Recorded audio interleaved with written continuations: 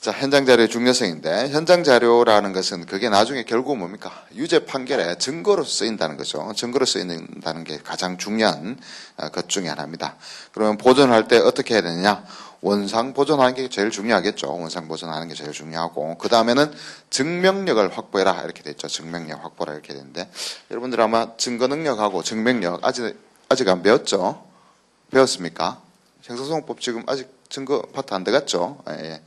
참고 삼아서 한번 들어놓습니다. 그 증거 능력과 증명력은 구별해서 기억을 좀 해야 됩니다. 계속 우리 그 수사 파트에도 증거 능력이 있다 없다, 뭐 증명력을 확보해야 된다 이런 이야기 나오니까 한번 좀 구별해서 기억을 해두기 바랍니다. 우리 형사소송법에는 증거재판주의라는 게 있어요.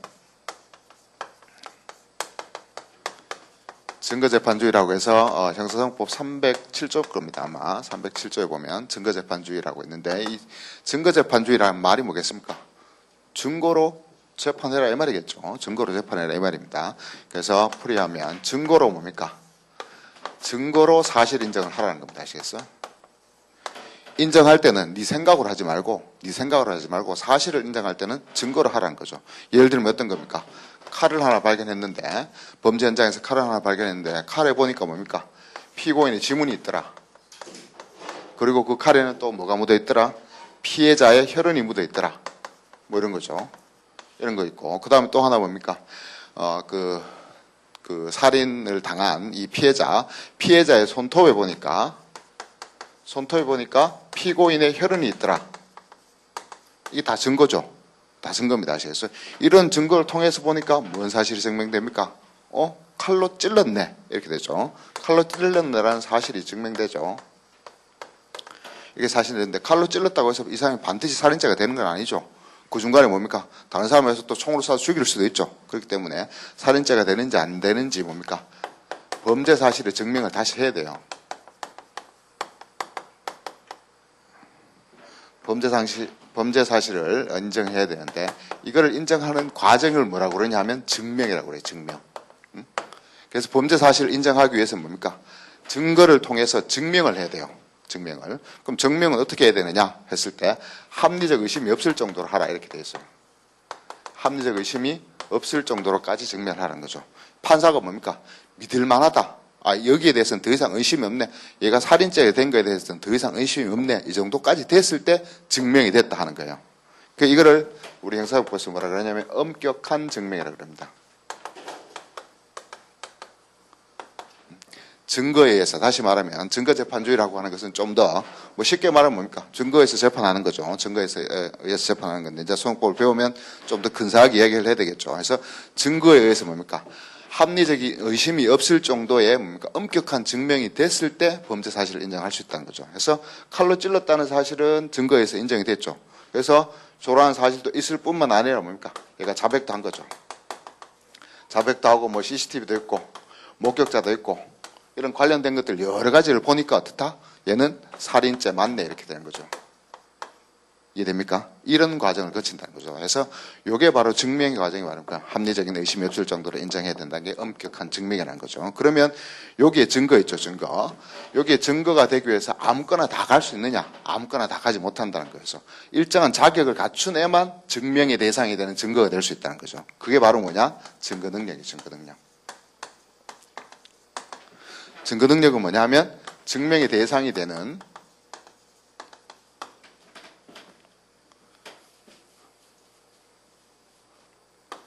증거가 될 자격이다 이렇게 보면 되죠. 자격이 있어야 되는 거예요. 아시겠어요? 자격이 있어야 된다. 예를 들면 어떻습니까? 증명을 하기 위해서는 적어도 뭡니까? 적법한 절차를 거친 이 증거라 해야 되겠죠. 그래서 고문에 의한 증거 같으면 어떻습니까? 아예 자격이 없다 이렇게 되는 거죠. 이거는 심사할 정도도 그걸 필요도 없다는 거죠. 그렇게 되는 거고, 여기에 대해서 증명력이라고 하는 것은 요 증거 능력이 있는 경우에, 증거 능력을 갖춘 경우에 얘가 얼마나 믿을 만한 가치가 있느냐 해서 실질적 가치가 있느냐 이런 거죠. 가치가 있느냐. 요걸 가지고 증명력이라 한다 해서 증거능력과 증명력은 좀 구별을 해야 됩니다. 그럼 실질적으로 재판에서 그럼 어떤 과정을 통해서 이루어지느냐 봤을 때 증거 신청을 합니다. 증거를 딱 신청을 하죠. 예를 들어 피 묻은 칼이라든지 이런 걸 증거를 신청합니다. 증거를 신청하면 바로 증명력이 있는지 없는지를 판단 안 하는 거예요. 아시겠어요? 안 하고 첫 번째로 뭐라 하면 심리를 하는데 이 심리에서 뭘 하느냐 하면 증거 능력이 있는지 없는지를 먼저 판단합니다. 있는지 없는지 이걸 먼저 판단해요. 판단해서 증거 능력이 있다 이렇게 되면 어떻게 했어요? 채택하겠죠. 증거 능력이 없다 이러면 뭡니까? 기각해버립니다. 그러니까 증거 신청을 채택하는 경우도 있고 증거 신청을 기각하는 경우도 있어요. 채택하면 뭡니까? 이때 증거 조사가 들어가는 거예요. 증거 조사. 기각돼 버리면 뭡니까? 이때 아예 제출도 못해요. 증거를. 제출하지 말아요. 법원에 가져오지도 마라 이렇게 합니다. 아시겠어요? 그래서 처음에 칼을 들고 신청하는 게 아니에요. 증거신청 목록에서 증거신청을 하면 그걸 판단해보고 이게 뭡니까? 증거 등이 있는지 없는지 판단해보고 있다 그러면 갖고 온나? 한번 조사해보자 이렇게 된 거죠. 아시겠어요? 조사해보자 이렇게 하고 그 다음에 이게 뭡니까? 증거 등이 아예 없다 이렇게 하면 뭡니까? 갖고 오지도 마라 이렇게 합니다. 아시겠어요? 법원에 얼쩡거리지도 못하게 해라 이렇게 해버리는 거죠. 이렇게 해버리고 증거조사를 시작하면 이때 나오는 게 뭡니까? 믿을 만한 가치가 있는지 증거 능력이 있다 하더라도 뭡니까? 믿을 만한 가치가 없을 수도 있겠죠. 예를 들어 봅시다. 고문에 의한 자백이다. 고문에 의한 자백이다. 이러면 뭡니까? 임의성이 없는 거죠. 임의성이 없는 자백이기 때문에 뭡니까? 증거 능력이 없다 이렇게 됩니다. 자세한 건 나중에 소형법 시간에 배울 겁니다. 증거 능력이 없다 그러면 뭡니까? 기각돼 버리겠죠. 기각돼 버리니까 어떻습니까? 이때는 바로 뭡니까? 법정에 가져오지도 못하는 꼴이 되죠. 반대로 이야기해서 임의성이 있다. 애가 스스로 이야기했어요. 스스로 이야기했으니까 뭡니까? 증거 능력 있죠. 있으니까 증거 채택하죠. 증거 조사 들어갑니다. 아시겠어요? 그럼 무조건 다 증명력이 있느냐? 그렇지 않다는 거죠. 얘 자백은 했는데 보니까 판사가 보였대요. 살기 싫은 놈이에요. 막 살기 싫으니까 막 내가 다 제 저질렀다. 다 인정해버린 거예요. 믿을 수 있습니까? 믿을 수 없죠. 증명력이 없다 이렇게 된 거예요. 아시겠어요? 그래서 증명력은 사실은 신빙성이 문제, 신빙성. 물론 여러분들 나중에 배우면 요중 사실과의 관련성도 있어야 돼요. 증명하고자 하는 사실과의 관련성도 있고 그게 믿을 만한 가치가 있어야 돼요. 그래서 이 두 가지를 이야기하긴 하지만 어쨌든 증거 능력과 증명력 이런 차이가 있다는 겁니다. 그래서 증명력을 확보하기 위해서는 결국 뭘 해야 됩니까?